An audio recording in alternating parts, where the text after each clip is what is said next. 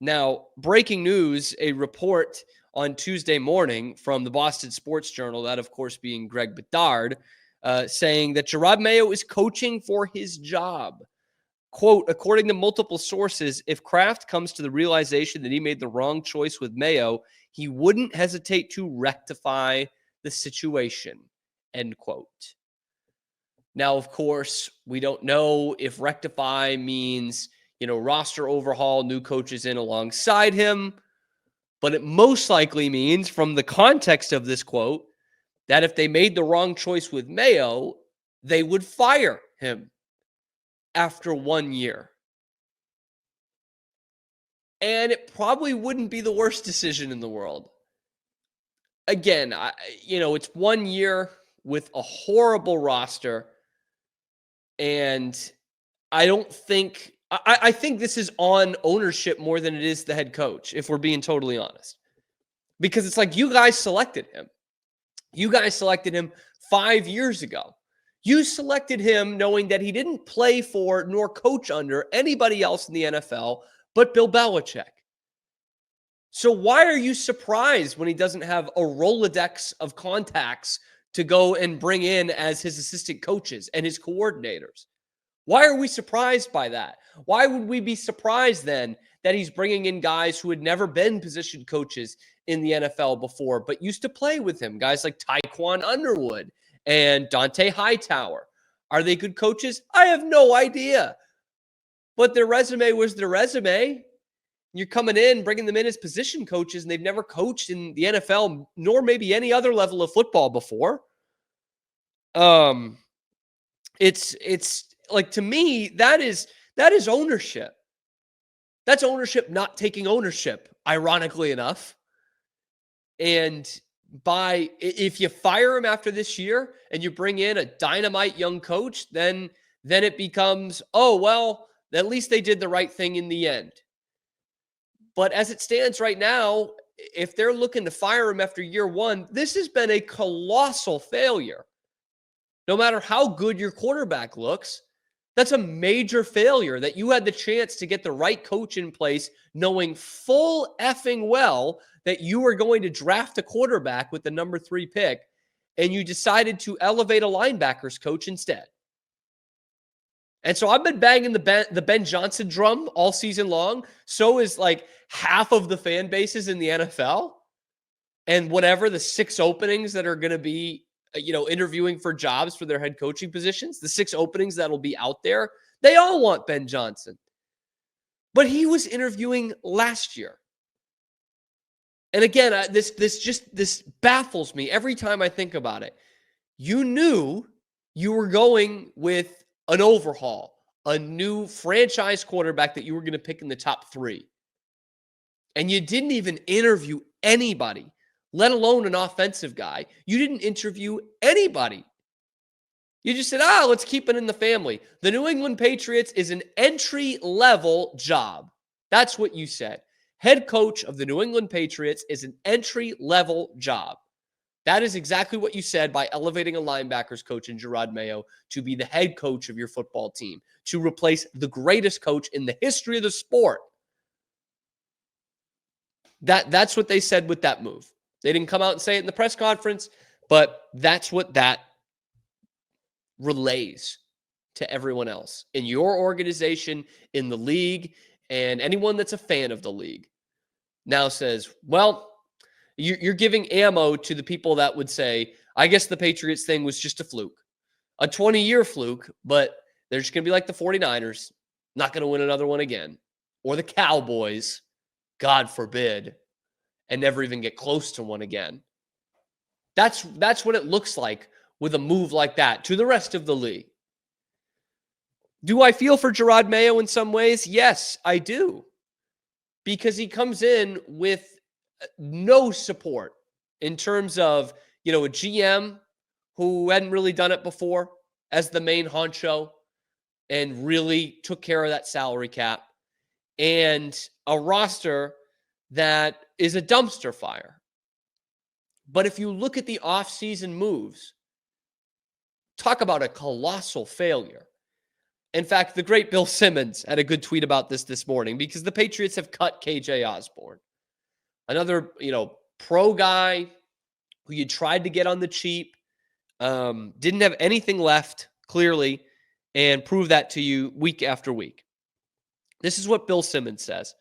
If you take out picking Drake May at number 3, which was the most obvious pick possible, the Patriots' first offseason of draft picks and free agent signings without Belichick was legitimately an F-. Bad draft picks and super cheap discount spending. You get what you pay for. He is exactly right. Exactly right. Let's look at the offseason moves after releasing Bill Belichick and hiring Jerod Mayo. First move, signed Michael Jordan. Not great.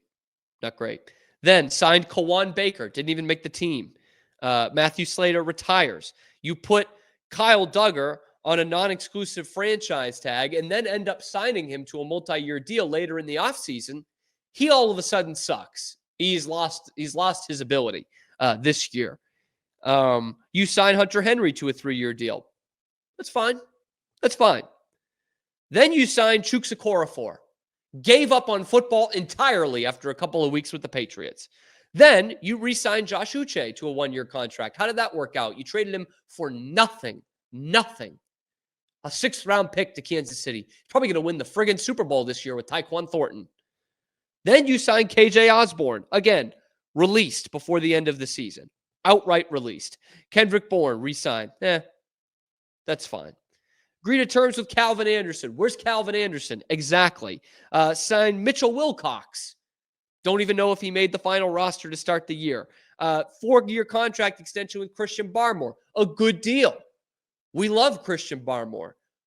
Kind of a freak accident. Hasn't been able to play much this year. Signed kicker Joey Sly, who does have the Patriots franchise record for longest kicks. He also missed a field goal from 26 yards a few weeks ago. That would have been the difference between a win and a loss. We can, I guess, thank you for that later.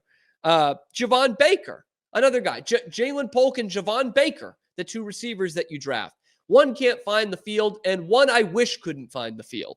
So that's a miss.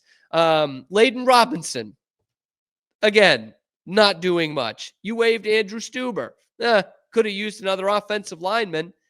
Ramondre Stevenson, 4-year deal worth $9 million annually. Wonder how that has worked out. Signed Alonzo Highsmith. Signed Jabril Peppers, who did a night in prison during this season for the Patriots. Released Juju Smith-Schuster because that was an awful deal from the year before, which was Belichick, not Wolf. I'll give them that.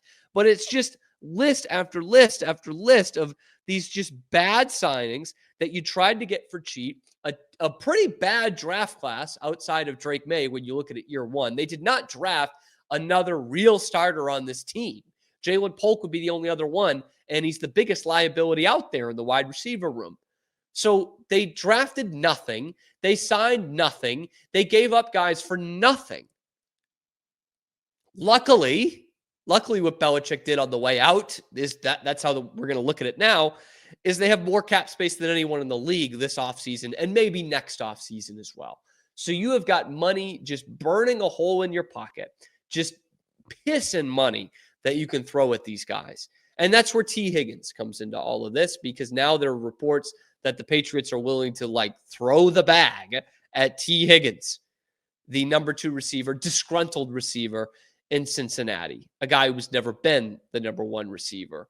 And he's having a pretty pedestrian year. 45 catches, 581 yards, 5 touchdowns. That's the guy you want to throw the bag at, just like you were going to do with Brandon Ayuk, the guy who had never made a Pro Bowl, by the way. And, you watched it last night on national TV. T Higgins, Monday Night Football, 2 catches on 5 targets, 2 catches for 23 yards. That's the guy you're going to throw the bag at. We've seen this story before around the NFL. We see it every other year or so.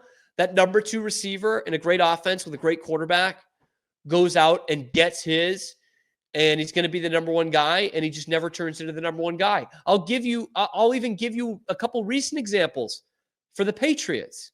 Nelson Aguilar. How did that work out?